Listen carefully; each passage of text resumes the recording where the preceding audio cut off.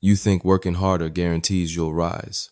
But the truth is, the harder you work, the easier it is to get stuck. You've seen it before. Someone shows up later than you, leaves earlier than you, delivers less than you, and somehow they move up faster. It doesn't make sense because you did everything right. You stayed disciplined. You stayed quiet. You handled problems no one else could. You became the person everyone depends on. And still, nothing changes. So you start asking yourself the question that slowly eats at you.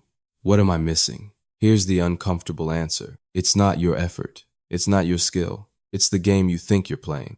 Because the system you believe in isn't the system that actually exists. Most people live inside a simple story. Work hard, get noticed, get rewarded. Clean, logical, fair, and completely wrong. Let's make this real. Imagine someone like you. Someone competent, reliable, quietly effective. Let's call him Daniel. Daniel is the backbone of his team. When things break, he fixes them. When deadlines get tight, he carries the load. When others make mistakes, he cleans them up. No drama, no complaints, just results. For years, he's been doing everything right. So when a promotion opens up, everyone assumes it's his, but it's not. Someone else gets it. Someone louder, less consistent, less reliable. And that's when something shifts inside him. A thought he can't ignore. Maybe this was never about how well I work. And he's right, but not in the way he thinks. Because behind every promotion, there's a hidden system. A system that doesn't measure effort the way you think it does. A system built on perception, not performance. Here's how it really works. Every organization runs on decisions. Who gets visibility? Who gets opportunities? Who gets promoted? And those decisions are made by people. People who don't see everything you do. People who don't track your effort minute by minute. People who rely on shortcuts, mental models, simplified versions of reality. They don't know exactly how good you are. They only know what they've seen, what they've heard, and what they remember. And that's the first crack in the illusion. Because most of what you do, no one actually sees. Think about your best work, the problem you solved that saved the project, the mistake you fixed before anyone noticed, the extra hours you put in when everyone else left. Now ask yourself, who saw it? Not the outcome, the process, the difficulty, the pressure. In most cases, no one. And here's the brutal truth.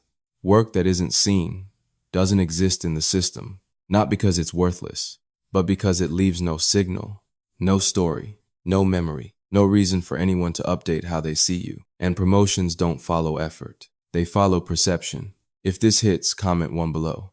Because once you see this, you can't unsee it. Now look at the person who got promoted instead. They speak more in meetings. They share ideas even when they're incomplete. They ask questions. They update people. They make their thinking visible. From the outside, it looks like they're doing less. But in reality, they're doing something far more important. They're feeding the system. Every time they speak, they create a signal. I'm involved. I'm thinking. I belong at this level. And those signals stack over time.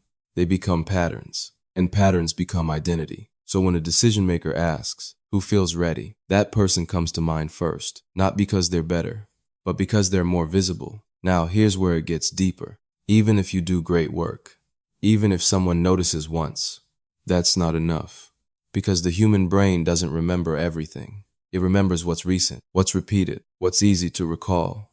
So if your best contribution happened quietly 2 weeks ago, and someone else confidently spoke in a meeting yesterday, guess whose impression is stronger? Not the better worker, the more recent signal. This is not a flaw in the system. This is the system. And most people never adjust to it. They keep working harder, hoping effort will eventually break through. But effort without visibility is invisible, and invisible people don't get promoted.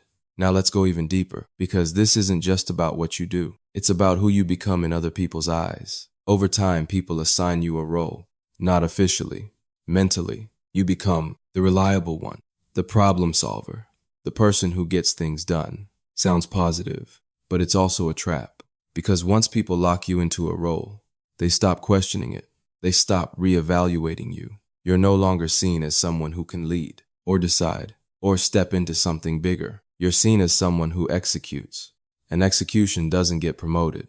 Leadership does. So when an opportunity appears, they don't ask who worked the hardest. They ask who already looks like they belong here. And if your image doesn't match that, you don't get picked. even if you deserve it. This is where most people lose years of their life. They think they're building value, but they're actually building a cage made of competence. The better you get at execution, the more people rely on you for it, and the more they define you by it. Until one day, you realize you're indispensable, but not promotable. That's exactly what happened to Daniel. He became too good at his job, too consistent, too dependable, and without realizing it, he trained everyone to see him that way. So when leadership needed someone to step up, they didn't think of him, not because he wasn't capable, but because he didn't match the picture. And here's the part no one tells you. By the time a promotion is announced, it's already been decided, not on paper, but in people's minds, weeks, sometimes months earlier, through small moments, quick impressions, casual conversations. So when you suddenly try to prove yourself, work harder, speak more, show initiative, it's already too late. You're trying to redraw a picture that's already finished. And that's why it feels like nothing changes. Because you're playing catch-up in a game that rewards positioning, not reaction. Let's shift your perspective. You think, if I become better, I'll move up. Reality, if I'm seen differently, I'll move up. That's the real game. And once you understand that, everything changes. Because now you see the truth most people avoid. The workplace is not a meritocracy. It's a perception system. And the people who win aren't always the most capable. They're the ones who are most clearly seen as capable. That's the deep insight. It's not enough to be valuable. You have to be perceived as valuable at the next level. That means thinking differently, acting differently, positioning yourself intentionally, not just working harder. Now let's talk about the system itself, because it's not evil, it's just efficient. Leaders don't have time to analyze every detail of your work. They rely on signals, shortcuts, patterns, and that means the system rewards clarity over complexity. Visibility over depth, consistency of message over consistency of effort. If you don't understand this, you get left behind, not because you're not good enough, but because you're invisible in the ways that matter. And here's where it becomes painful, because if you don't change anything, nothing changes. You stay in the same role, doing more, carrying more, waiting for recognition that never comes, watching others move ahead, while you stay exactly where you are, year after year, until frustration turns into resignation, and you tell yourself, this is just how it is. But it doesn't have to be, because once you see the system, you can start playing it differently. Not by faking competence, not by manipulating people, but by aligning your behavior with reality. You still need to be good. That doesn't change. But now, you make your thinking visible. You speak before you feel ready. You share progress, not just results. You step into conversations, not just tasks. You stop hiding behind execution and start positioning for the next level, because the goal is no longer just to do the work. The goal is to be seen as someone who can lead the work. That's the shift. That's the difference. And that's the way out. In the end, this isn't about fairness. It's about awareness. Because once you understand the game, you stop blaming yourself. You stop overworking. You stop waiting. And you start moving with intention.